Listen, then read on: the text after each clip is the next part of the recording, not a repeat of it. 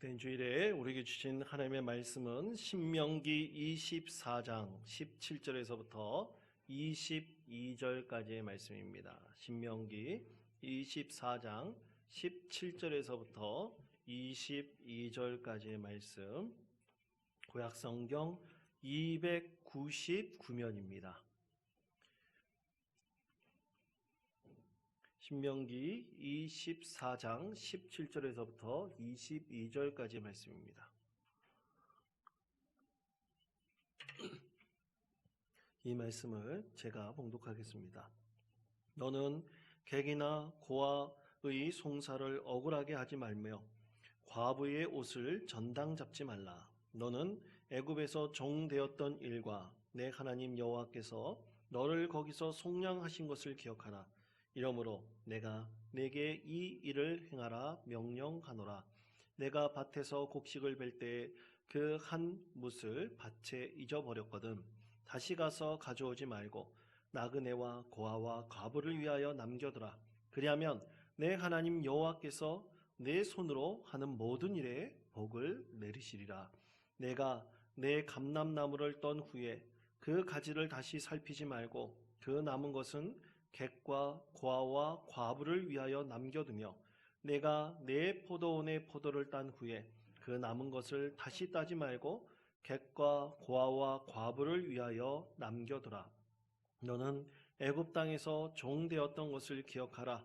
이러므로 내가 내게 이 일을 행하라 명령하노라. 아멘. 여러분, 이번 주 목요일은 우리 민족의 명절 추석입니다. 다른 말로 한가위 또는 중추절이라고 하죠. 여러분, 오늘 말씀의 제목이 더도 말고 덜도 말고 한가위만 같기를 이라는 말씀의 제목인데요. 여러분, 우리가 이런 덕담들 많이 하지 않습니까? 더도 말고 덜도 말고 한가위만 같았으면 좋겠다. 그렇게 덕담들을 많이 하는데요. 그 이유는 그때 참으로 주시는 기쁨과 은혜가, 하나님께 주신 기쁨과 은혜가 충만한 때이기 때문입니다. 자, 그렇다면 여러분, 이 더도 말고 덜도 말고 한가위만 같아라 라는 말이 어떻게 시작되었을까요? 분명히 그 기원이 있습니다. 그것을 알기 위해서는 이 추석 그리고 중추절 한가위라는 것이 무슨 뜻인지 우리가 분명히 알아야 됩니다. 여러분, 추석이라는 뜻은 해석해보면 말 그대로 가을 추자를 써가지고 그리고 저녁이 있습니다. 그리고 가을의 저녁 또는 가장 달빛이 밝은 가을 저녁을 의미하고 있습니다. 그래서 여러분, 이번 추석에는 여러분 가장 밝은 달을 이 가을 저녁에 여러분이 볼 수가 있을 것입니다. 그리고 화면에 나와 있는 중추절이라는 뜻은요, 이 가을을 세 개로 나누는데 초추, 중추, 종추로 나눕니다. 이 세 개로 나눌 때 이 중추, 이 음력의 8월을 중추라고 하는데 그때 있는 절기를 가리켜 이 중추절이라고 이름을 붙였다고 합니다. 또 여러분, 이 추석을 뭐라고 합니까? 한가위라고 하죠. 한가위라는 뜻은 이 가위라는 것이 8월 한가운데 또는 가을의 가운데라는 뜻이 됩니다. 그래서 한이라는 뜻은 크다는 뜻이래요. 그러니까 이 한과 가위가 하나로 합쳐져 가지고 8월 한가운데의 큰 날이라는 뜻입니다. 그날이 바로 이번 주 목요일의 추석인 것이죠. 그러면 이 추석에 있는 더도 말고 덜도 말고 한가위와 같아라 라는 말은 어떻게 시작이 되었을까요? 여러분, 김매순의 열왕세시기 8월 중추편에 보면요, 이 가위란 명칭이 신라에서부터 시작되었다라고 말하고 있으면서 이 달에는 만물이 다 성숙하고 또 중추는 가절이라 해가지고 민간에서는 이 날을 아주 중요하게 여겼다고 합니다. 그래서 이날은 너무나 가난하고 또 시골 벽촌에 살고 있는 그런 촌부라 할지라도 농부라 할지라도 이날만큼은 집안 아주 깊숙한 곳에 감춰놓은 곡식을 꺼내가지고 이제 그것으로 밥을 짓고 또 술을 빚으며 닭이라도 잡아가지고 그것을 찬으로 내면서 가족들이 함께 모여서 음식을 차려놓고 먹었던 날인데요. 이때 사람들이 하는 말이 있었다고 합니다. 더도 말고 덜도 말고 늘 한가위함 갖기를 바란다. 이렇게 서로 덕담을 했다고 합니다. 그것에서 기원이 돼서 이런 소망의 말이 생겨났다고 합니다. 근데 여러분, 이 뜻을 좀 보면요, 좀 마음이 편치 않습니다. 얼마나 먹고 살기 힘들고 가난한 사람들이 이날 한 만큼이 정말 배불리 먹고 또 맛난 것도 먹으니까 매일같이 더도 말고 덜도 말고 한가위와 같은 날이 계속됐으면 좋겠다. 가난한 농부들과 또 백성들이 울부짖는 그런 애환이 담긴 소리 아닙니까? 그것을 생각해 봤을 때 참 마음이 편치는 않았습니다. 여러분, 그런데 요즘 한가위는 어떤가요? 여러분, 이 한가위 오곡백과로 결실을 맺고 있는 이 가을에 여러분, 배불리 먹고 또 우리가 많은 것을 또 취하면서 가난하고 힘든 이런 과거의 백성들에 대한 그 간절한 마음이 과연 우리 가운데 있습니까? 별로 그렇지 않은 것 같습니다. 여러분, 얼마 전 뉴스를 보니까 이 축항스 때문에 이 제주도가 이제 초비상이라고 합니다. 축항스가 뭔지는 아십니까? 이 바캉스에서 바자를 빼고 이 가을 추자를 써가지고 축항스라고 합니다. 이 추석 연휴의 기간을 축항스라고 그래요. 그래서 이때 제주도에는 이 축항스로 인해서 몰릴 인파가 약 30만 명 정도 몰릴 거라고 예상을 해가지고 이 방역에 초비상이 걸렸다고 합니다.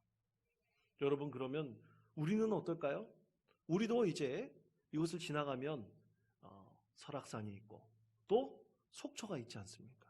어떤 분은 속초에 지금 뭐 리조트나 그리고 또 콘도나 모든 펜션들이 다 예약이 찼다고 이렇게 소식을 전해주시더라고요. 참, 그런 걸 봤을 때 이 코로나19 위기를 맞으면서 어떤 사람들은요, 자기가 가진 이 시간을 즐기는데 여념이 없는 분들도 참 많은 것 같습니다. 그런데 여러분, 추석 한가위의 기원이 더도 말고 덜도 말고 한가위만 같았으면 좋겠다라는 그런 뜻에서 알 수 있듯이 백성들의 슬픈 애환이 담겨 있습니다. 그래서 우리는 이런 마음을 가졌으면 좋겠어요. 우리가 참 즐거운 시간을 갖고 참 우리가 어디 여행도 가고 그럴 수 있는 시간이지만 그렇지 못하는 이들, 그런 마음이 간절하지만 하지 못하는 이들에 대한 우리의 마음을 좀 담아서 그들을 위해서 기도하기도 하고 또 그들과 은혜를 함께 나눌 수 있는 그런 추석 명절이 되었으면 좋겠습니다. 여러분, 그런 의미에서 우리 앞뒤 좌우에 있는 분들과 함께 이렇게 인사했으면 좋겠습니다. 오늘 말씀의 제목처럼 더도 말고 덜도 말고 한가위만 같으시기를 축복합니다. 우리가 이렇게 한번 인사하겠습니다. 더도 말고 덜도 말고 한가위만 같기를 축복합니다. 아멘. 여러분, 우리만 그러면 안 됩니다. 우리는 이것을 이웃에게 함께 나눌 수 있는 믿음의 성도가 되어야 됩니다. 여러분, 그런 의미에서 우리 교회는 어제 약 35가정에게 이 추석 선물을 나눠드렸습니다. 우리가 매년 명절이 되면 교회에서 일정 정도 선물을 마련해서 우리 성도들이나 또 주변 이웃들에게 우리가 나눠드리는데요. 그것을 받을 때 성도님들이 참 고맙습니다. 감사합니다. 그 얘기를 들을 때 사실 저는 굉장히 부끄럽습니다. 그러면서 제가 꼭 성도님들 손잡고 기도해드리면서 드리는 말씀이 있습니다. 이것은 하나님께서 사랑하는 자녀에게 드리는 추석 선물입니다 라고 말씀을 드립니다. 여러분, 이것은 내가 주는 것이 아닙니다. 목사가 주는 것이 아니라 교회에서 드리는 것이 아닙니다. 이것은 바로 하나님께서 우리 교회를 통해서 그 사랑하는 자녀에게 주시는 하나님의 귀한 선물인 것입니다. 위로와 소망이 되는 선물인 것입니다. 그래서 우리는 늘 교회는, 믿음의 성도들이 모여있는 이 교회는 하나님께서 우리를 통해서 이루시고자 하시는 섬김의 자리에 늘 있어야 됩니다. 그래서 하나님께서 우리에게 주시는 그 하나님의 사랑이 이 세상 많은 사람들에게 온전히 전해질 수 있도록 우리는 늘 어려운 이웃들이 이 세상에 살아가는 소망을 얻을 수 있도록 그렇게 기도하고 교회는 축복의 통로가 되어야 합니다. 그럴 때 하나님께서는 우리에게 더 많은 것들을 주시고, 그리고 그것을 통해서 이 세상 많은 이들에게 하나님의 축복이 흘러가도록 만들어 주십니다. 그래서 하나님께서는 마태복음 25장 21절에서 우리에게 이렇게 말씀하셨습니다.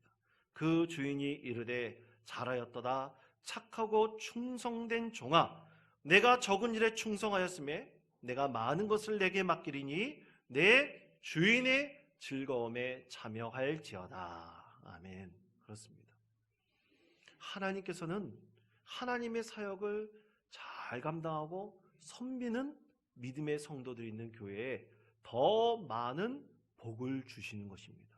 그럴수록 하나님의 뜻이 이 세상 많은 이들에게 축복의 통로로 더 전해질 수 있기 때문입니다. 그래서 우리는 세상 가운데 하나님께서 말씀하신 이 뜻을 온전히 이루어가는 원칙을 분명하게 세워야 됩니다. 오늘 하나님께 주신 말씀이 바로 그의 말씀입니다.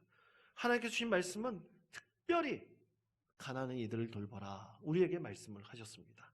자, 오늘 우리에게 주신 이 말씀 중에서 참 반복적인 말씀이 있어요. 여러분, 애굽에서 종 되었던 일이라는 말씀이 있습니다. 그 말씀 가운데 18절, 22절 말씀에 보면 애굽에서 종 되었던 일을 기억하라 라고 말씀하고 있고요. 또 그리고 객과 고아와 과부를 생각하라는 말씀이 17절, 19절, 20절, 21절에도 반복하고 있습니다. 이렇게 17절에서부터 21절까지 6절에 되는 말씀이 반복하고 있는 이유는 6번이나 이 말씀들이 반복하는 데는 하나님께서 그만큼 하나님의 자녀들에게 이루라고 하시는 명령이고 원칙이기 때문입니다. 그래서 우리 삶 가운데 반드시 이루어가도록 말씀을 따르도록 하나님께서 강조하시고 또 강조하신 것이죠. 그렇다면 왜 하나님께서는 이 말씀을 강조하고 강조하시며 우리 가운데 이 말씀을 주고 계실까요? 여러분, 그것을 알려면 여러분, 이스라엘은 절기가 있는데 3개의 중요한 절기가 있습니다. 이제 수요일날 성경 공부할 때도 함께 나눈 적이 있었는데요. 자, 그것은 6월절, 77절, 초막절입니다. 자, 화면에 보시면 이 6월절, 77절, 초막절이 있는데 성경에서 굉장히 여러 가지 뜻으로 쓰이고 있는데 그것을 정리했습니다. 6월절은 무교절이라고도 하고 77절은 오순절, 맥추절, 초실절이라고도 하고 초막절은 장막절, 수장절이라고도 합니다. 그런데 왜 이렇게 이름이 다양하게 쓰이느냐? 그 의미를 잘 알면 알 수 있습니다. 여러분, 6월절은요, 이스라엘 백성들이 애굽을 탈출할 때 하나님께서 어린 양의 피를 발라 양 문설주에 바른 이스라엘 백성들의 그 가정의 장자들은 살려주셨고요. 바르지 않은 애굽의 장자들의 가정에는 큰 슬픔이 있었습니다. 장자들의 죽음을 맞이했습니다. 그래서 하나님께서 이 6월절 하나님의 어린 양의 피의 흘림을 통해서 살리신 이 날을 기념하라 해서 6월절이었는데요. 이 6월절을 지내고 이스라엘 백성들이 애굽에서 탈출할 때 이스라엘 백성들이 탈출할 시간이 얼마 없어요. 급히 탈출해야 됩니다. 그래서 하나님께서는 너희들이 주로 먹는 유교병 대신 이 부풀은 이스트가 들어가지 않은 무교병을 빨리 만들어 먹고 쓴나물과 함께 먹고 출발해라. 그날이 바로 무교절입니다.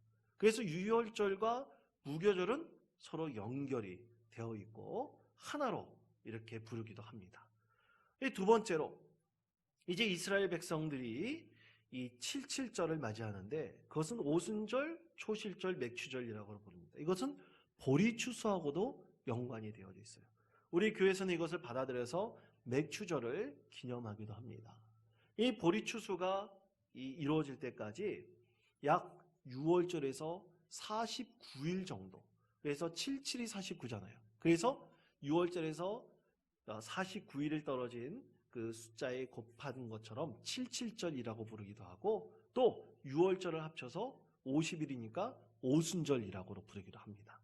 그리고 맥추절, 보리 추수와 관련되어 있기 때문에 초실절, 맥추절이라고 부르기도 하죠. 이날에는 가난한 사람들이 먹을 것을 먹고 또 많은 백성들이 굶주린 사람들이 이 보리 추수를 통해서 먹을 것을 얻을 수 있으므로 하나님께서 이 날을 중요한 절기로 삼으라고 명령을 하셨습니다. 또 마지막 초막절입니다.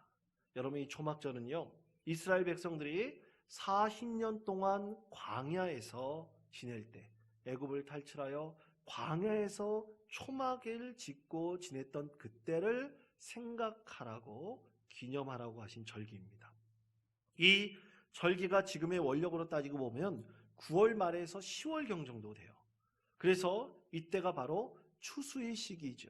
그래서 초막절의 절기와 추수의 시기가 절묘하게 이렇게 결합해가지고 오늘날에는 이제 초막절 또는 장막절 또 추수한 곡식을 다 거둬들이면 그것을 창고에 보관해 둬야 되지 않습니까? 그래서 수장절이라고 이름을 부르고 있습니다.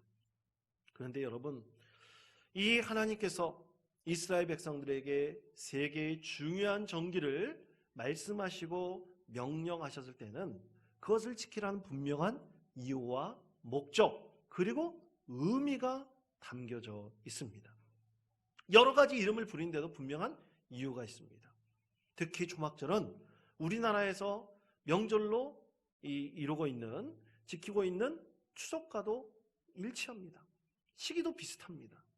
모든 오곡백과를 다 거둬들인 후 그것에 감사하여 백성들이 기뻐하고 즐거워야 할 날 초막절, 곧 이 장막절을 지내면서 수장절을 지내면서 그들이 하나님께 감사와 영광을 올려드리는 그런 날이죠. 그런데 여러분, 오늘 말씀에서 하나님께서는 우리에게 이렇게 말씀하셨는데, 여러분 신명기 24장 19절 상반 부분을 보시면 이런 말씀이 있습니다. 내가 밭에서 곡식을 벨 때라고 말씀하고 있고요. 또 신명기 24장 20절 상반 부분에 보면 내가 내 감람나무를 떤 후에 라고 말씀하고 있고, 또 21절에도 내가 내 포도원의 포도를 딴 후에 라고 말씀하고 있어요. 그러니까 이 말씀들이 굉장히 비슷한 말씀이 이 19절, 20절, 21절에서 반복하고 있습니다. 이것을 종합해 보면 가을에 추수를 한 후에 반드시 해야 할 것이 있다는 거예요. 그러니까 수장절, 곧 초막절을 지낸 다음에 반드시 해야 될 것이 있다는 것입니다. 그것은 뭐냐면 곡식을 거둔 후에 다 베거나 떨거나 따지 말고 반드시 남겨두라는 것입니다. 누구를 위해서 남겨두라는 겁니까? 객과 고아와 과부를 위해서 하나님께서 남겨두라고 하신 것입니다. 이것은 하나님께서 이스라엘 백성들에게 명령하신 것입니다. 반드시 지켜야 됩니다. 하나도 남겨두지 말고 다 거두지 말고 그들만을 위해서 반드시 남겨주라는 것입니다. 그렇다면 왜 하나님께서 이스라엘 백성들에게 이 말씀을 콕 찍어가지고 그들에게 말씀하셨을까요? 그것은 분명한 이유와 목적과 의미가 있습니다. 그 중에 첫 번째는 이스라엘 40년 광야의 때를 기억하라고 하나님께서 말씀을 하셨습니다. 자, 하나님께서 주신 말씀 레위기 23장 42절에서부터 43절까지 말씀, 우리 화면에 있는 말씀을 우리 다 같이 한 목소리로 봉독하겠습니다. 너희는 이래 동안 초막에 거주하되 이스라엘에서 난 자는 다 초막에 거주할지니 이는 내가 이스라엘 자손을 애굽 땅에서 인도하여 내던 때에 초막에 거주하게 한 줄을 너희 대대로 알게 함이니라. 나는 너희의 하나님 여호와이니라. 아멘. 레위기에서 말씀하고 있는 초막절의 말씀입니다. 이스라엘 백성들이 40년 동안 광야에서 있었던 일을 기억하라고 말씀하시면서 그날을 성회로 7일 동안 지키고, 그리고 거둘 곡식을 오늘 우리에게 주신 말씀처럼 수장하기 전에 다 거두지 말라고 말씀하신 것입니다. 그것은 하나님께서 이스라엘 백성들이 40년 동안 광야에서 나그네 되었다, 객이 되었다는 것을 기억하게 하기 위해서입니다. 여러분, 사실 나그네 궤교란 말이 좋아서 그렇지요. 오늘날 우리나라 말로 좀 하대해서 말하면 거렁뱅입니다. 거지입니다. 집도 없고 먹을 것도 없고 아무것도 할 수 없는 이 나그네 괴계의 신세가 됐던 40년의 시간을 기억하라는 하나님의 말씀입니다. 그런 이스라엘 백성들에게, 수십만 명의 이스라엘 백성들에게 하나님께서는 일용할 양식을 매일같이 내려주셨습니다. 아주 배부르게 먹을 수는 없지만 만나와 메추라기를 매일같이 그들에게 공급해 주셨습니다. 그리고 하나님께서 구름기둥과 불기둥으로 그들의 앞길을 인도하시고 그들의 집이 되어주셨습니다. 거할 거처를 하나님께서 마련해 주셨습니다. 40년 동안 한결같이 그들을 지켜주시고 인도해 주셨습니다. 그렇다면 지금 이스라엘 백성들이 가나안 땅에 들어가 정착하면서 그들이 집을 얻고 그들이 곡식을 얻는 땅을 얻고, 그렇지만 그러지 못한 나그네 된 자들은 누구일까요? 그것을 하나님께서 오늘 객과 고아와 과부라고 말씀하셨습니다. 거처할 곳이 없는 그냥 나그네, 거렁뱅이로 살아가고 있는 사람들, 그리고 남편에게 버림받은 고아들, 아버지에게 버림받은 고아들, 그리고 남편이 없는 과부들, 혼자 힘으로 절대로 살아갈 수 없는 그들에게 하나님께서 최소한의 살 것을 공급해 주라고 말씀하십니다. 그래서 하나님께서는 그렇게 가난한 자들, 나그네와 객과 그리고 고아와 과부를 일용할 양식을 우리를 통해서 공급해 주시는 것입니다. 혹자는 그런 얘기를 하더라고요. 가난은 나라로 구제할 수가 없다. 여러분, 맞는 말일 수도 있습니다. 그러나 하나님께서는 그렇지 않으십니다. 하나님께서는 이 세상 모든 사람들에게 일용할 양식을 주십니다. 최소한 그들이 살아갈 수 있도록 하나님께서는 그들에게 먹을 것을 주시고 여건을 마련해 주시는 것이 하나님의 뜻입니다. 거룩한 하나님의 명령입니다. 그래서 이 세상에 살아가는 모든 하나님의 자녀들은, 그리스도인들은 이 뜻을 올곧게 지켜야 합니다. 지키기 위해서는 우리는 나의 삶의 자리에서 지켜야 됩니다. 교회에서만 지키는 것이 아닙니다. 내가 세상의 가운데에서 있는 지위와 위치와 역할과 그 모든 것을 통해서 하나님께서는 우리에게 말씀하신 것입니다. 나그네로 살았던 그때를 기억하면서 우리가 이 세상에서 하나님의 뜻을 이루는 축복의 통로로 살기를 하나님께서 명령하신 것입니다. 여러분, 이것이 바로 하나님의 법입니다. 만약 대통령이 그리스도인이라면 반드시 수행해야 됩니다. 세상 법을 지켜가면서 하나님의 뜻을 온전히 이 나라와 이 민족 가운데 이루어야 되는 것입니다. 근데 만약 우리가 믿는 사람으로서, 그리스도인으로서 나달 하나도 남겨놓지 않고 다 베어버린다면, 감람나무를 다 떨어버린다면, 포도나무에 열매 하나조차 남겨놓지 않는다면 결코 그것은 하나님의 뜻이 아닐 것입니다. 어찌 우리가 축복의 통로가 될 수 있겠습니까? 그러므로 우리는 늘 하나님의 뜻에 순종해야 됩니다. 그 법을 지키도록 애쓰고 또 애써야 됩니다.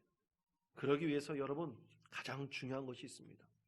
그것은 우리의 영이 하나님의 영으로 가득 차 있어야 됩니다.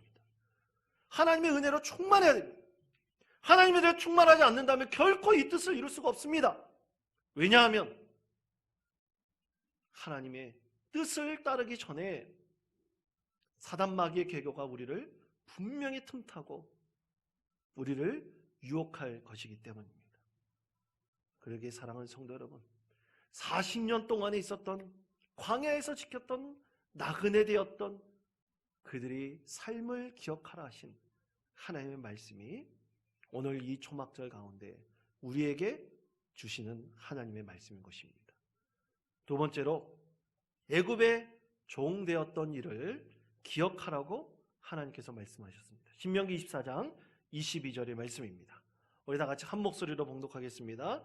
너는 애굽 땅에서 종 되었던 것을 기억하라. 이러므로 내가 내게 이 일을 행하라 명령하노라. 아멘. 자, 광야에서의 40년의 일, 그리고 애굽에서의 종살이 했던 400년의 일을, 그때를 기억하라 그랬습니다. 여러분 한번 생각해 보십시오. 400년 동안 종살이 했던 것을 기억하고 싶은 사람이 있겠습니까? 그 고통의 시간을 왜 기억해야 됩니까? 여러분, 우리나라 일제 36년에, 강점기 때의 36년에 그때 당했던 그 아픔과 고통을 기억하라 그러면 여러분 기억하고 싶겠습니까? 다시는 생각하기 싫죠. 그런데 하나님께서 그것을 기억하라고 말씀하십니다. 왜 기억하라고 말씀하실까요? 그것은 바로 하나님의 긍휼하심이기 때문입니다. 여러분, 우리에게는 하나님께서 우리에게 주시는 이 긍휼의 마음을 하나님께서 잊지 않기를 간절히 원하고 계십니다. 긍휼은 여러분, 하나님께서 우리에게 베푸시는 긍휼은 내가 그 비참함의 자리에 내려가 보지 않고서는 결코 경험할 수 없는 하나님의 은혜의 감정입니다. 여러분, 제가 과거에 필리핀에 어떤 성도가 필리핀에 갔을 때 그 필리핀에서 선교했던 간증을 들은 적이 있었는데요. 참 가슴이 아픈 그런 기억이 있었습니다. 이 필리핀의 타오빌 지역에 가서 이 성도가 선교를 했는데, 이 필리핀 타오빌이라는 지역은 여러분 이름을 들으면 굉장히 좋은 이름 같죠. 이 타워빌, 빌리지라는 말과 이 타워, 끝이라는 말이 합쳐졌으니까 정상에 있는 빌리지, 그러니까 굉장히 좋은 마을처럼 느껴지지만 사실 이곳은 쓰레기 마을입니다. 필리핀 사람들이 쓰레기를 그 마을에 갖다 버리면 그 쓰레기를 사이에서 재활용할 수 있는 것을 주워가지고 그것을 팔아가지고 연명해 가는 사람들이 모여 사는 마을이 타오빌 지역입니다. 그런데 이 지역에 이철용 선교사님이 캠프라는 이름을 가진 아시아 빈곤센터를 세웠어요. 참 교회의 도움으로 세웠습니다.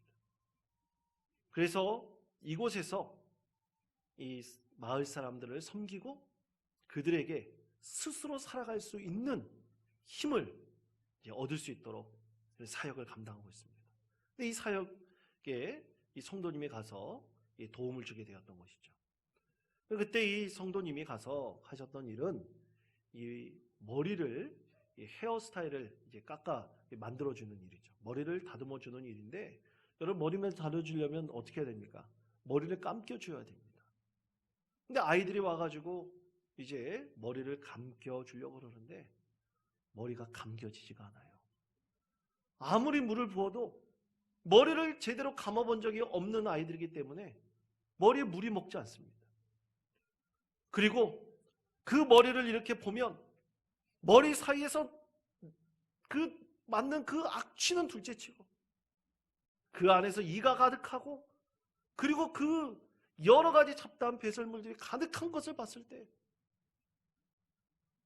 기겁하고 놀라는 것이 아니라요, 그 성도님은 눈물을 흘렸습니다. 어떻게 이렇게 살아갈 수 있을까? 그리고 그 아이들의 머리를 제대로 물을 먹지 않는 그 머리를 아이들이 감겨주면서 눈물을 흘릴 수밖에 없었습니다. 그리고 수건을 한번 쓰지 않습니까? 수건이 더러워서 쓸 수가 없어요.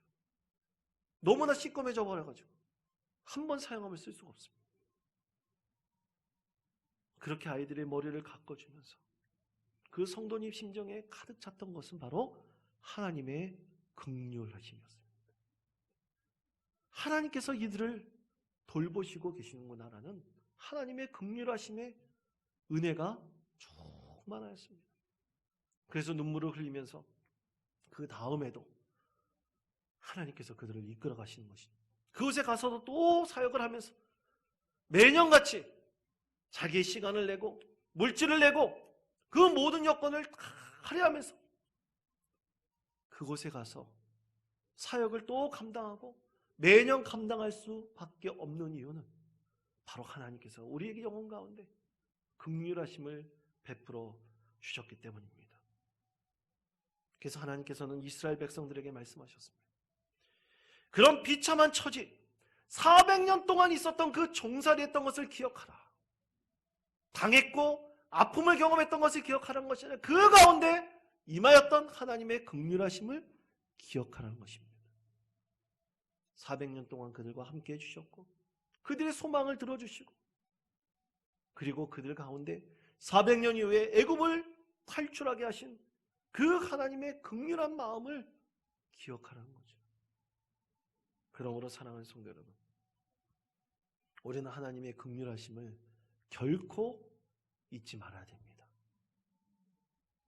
40년 동안 광야에서 나그네로 살았던 기억, 400년 동안 종으로 살았던 그들의 기억, 하나님께서는 이것을 이스라엘 백성들에게 잊지 말라고 하시며 오늘날 우리에게 말씀하시는 것은 객과 과와 과부를 구제하라는 것입니다. 이것이 하나님의 뜻입니다. 하나님의 긍휼하심이 이 세상 가운데 임하도록 하라는 하나님의 지엄한 명령인 것입니다. 그러므로 사랑하는 성도 여러분, 원통장로교회 성도 여러분, 우리가 하나님께 받은 은혜가 있다면, 그 긍휼하심이 있다면 여러분 잊지 마십시다. 그리고 그것을 이 세상 가운데 우리 삶의 자리에서 꼭 실천해 나가십시다. 그런 소망의 마음을 가지고 늘 기도하십시다. 그것이야말로 진짜 하나님의 자녀입니다. 그런 마음을 잊지 않고 기도하며 우리가 그것을 위해서 애쓰고 소망하는 마음이 드실 때 하나님께서는 우리 교회를 이 지역에서 진정으로 축복의 통로로 삼아주시고 하나님의 뜻을 온전히 이뤄가게 하실 것입니다. 이것을 늘 간절히 소망하시며 이 믿음 꼭 이루어가시는 귀하고 복된 믿음의 성도들 되시기를 간절히 축원드립니다. 기도하겠습니다. 하나님 아버지,